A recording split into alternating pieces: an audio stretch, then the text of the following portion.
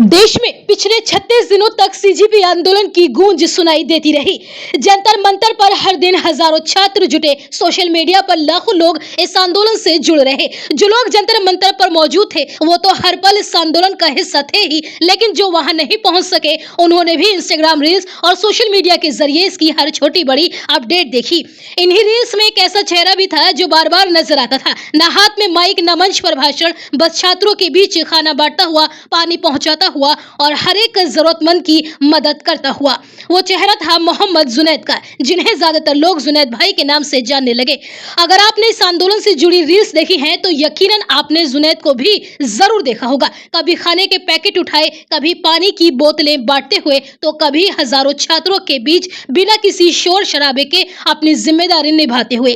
कहते हैं कि किसी भी आंदोलन की असली ताकत मंच पर खड़े होकर भाषण देने वाले लोग नहीं होते, बल्कि वो लोग होते हैं जिनका नाम शायद ही कभी माइक पर लिया जाता है।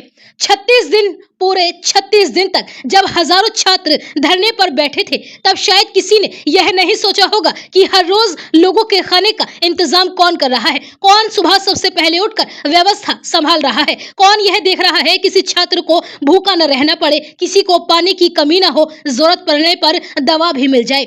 इसी जिम्मेदारी को अपने कंधों पर उठाया था गाजियाबाद जिले के नाहल गांव के रहने वाले मोहम्मद जुनैद ने। जुनैद कोई बड़े नेता नहीं थे, सीजीपी में उनका कोई भी बड़ा पद नहीं था, वह सिर्फ एक स्वयं सेवक के तौर पर इस आंदोलन से जुड़े थे। धीरे धीरे छात्र उन्हें जुनैद भाई कहकर बुलाने लगे।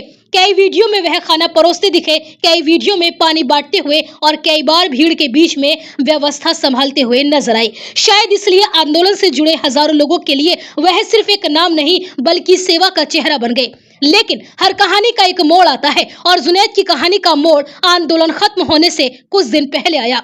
24 जुलाई की रात जुनैद को दिल्ली पुलिस अपने साथ ले गई। उनका कहना है कि उन्हें उत्तराखंड ले जाया गया। पूरी रात आंखों पर पट्टी बांध कर रखा गया और अगली सुबह उनसे पूछा गया कि इतने लोगों के खाने का इंतजाम कैसे हो रहा है, फंडिंग कहां से आती है। उनका कहना है कि पूछताछ के बाद उन्हें मसूरी में छोड़ दिया गया, जहां से वह कैब करके वापस दिल्ली पहुंचे।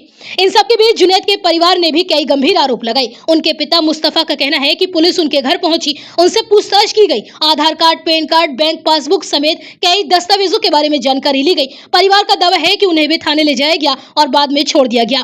परिवार का यह भी आरोप है कि मेरठ में रहने वाले उनके रिश्तेदारों से भी पूछताछ की गई। लगातार तनाव और पूछताछ की वजह से जुनैद की मां की तबीयत भी बिगड़ गई। लेकिन कहानी यहीं खत्म नहीं हुई। आंदोलन खत्म हुआ। सरकार की ओर से कई मांगों पर सकारात्मक आश्वासन मिलने और केंद्रीय शिक्षा मंत्री के इस्तीफे के बाद सीजीपी ने आंदोलन समाप्त करने का ऐलान कर दिया। जंतर मंतर पर मौजूद तमाम लोग जीत का जश्न मना रहे थे, सोशल मीडिया पर बधाइयां की थी। लेकिन उसी समय इस आंदोलन की रीढ़ की हड्डी बनकर खड़े रहने वाले जुनैद का एक वीडियो सामने आया। उस वीडियो में वो बेहद भावुक दिखाई दिए। उनकी आंखों में आंसू थे। उनका आरोप था कि जिस आंदोलन के लिए उन्होंने लगातार सेवा की, उसी आंदोलन के कई नेता अब उनसे संपर्क नहीं कर रहे। जुनैद ने रोते हुए कहा, उन्हें सपोर्ट करना चाहिए, हमने लगातार उनके साथ रहकर संघर्ष किया है। लीगल टीम काम कर रही थी, रत्ना जी का एक दो बार फोन भी आया, लेकिन इस मामले में और भी मजबूती से खड़े होने की जरूरत है। इन सबके बीच उन्होंने एक ऐसी बात कही जिसने सोशल मीडिया पर लोगों को और भी ज्यादा भावुक कर दिया। उन्होंने कहा, अगर आप किसी जानवर को 24 घंटे भी अपने पास रखते हैं तो उससे भी लगाव हो जाता है, और मैं तो उनके साथ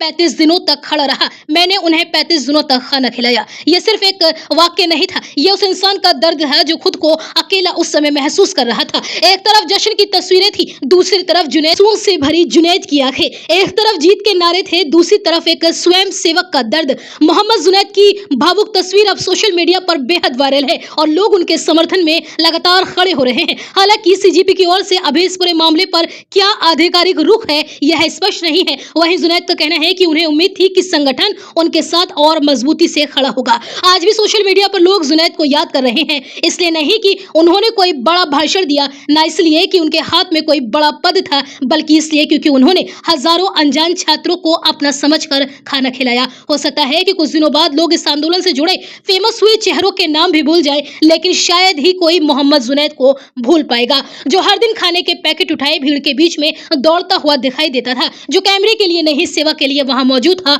और शायद किसी भी आंदोलन की सबसे बड़ी पहचान मंच पर खड़े लोग नहीं होते, बल्कि वो लोग होते हैं जो मंच बनने से पहले भी काम करते हैं और मंच हट जाने के बाद भी सबसे ज्यादा अकेले रह जाते हैं। जुनैद की कहानी सही है या गलत, उनके आरोप साबित होंगे या नहीं, इसका फैसला कानून करेगा। लेकिन एक बात तय है, 36 दिनों तक हजारों छात्रों के बीच जुनैद भाई सिर्फ खाना नहीं बांट रहे थे, वो इंसानियत बांट रहे थे। और इंसानियत की सबसे बड़ी विडंबना शायद यही है कि जब उसकी जरूरत होती है तब उसके साथ खड़े होते हैं, और जब उसे खुद सहारे की जरूरत पड़ती है तो अक्सर वह सबसे ज्यादा अकेला दिखाई देता है।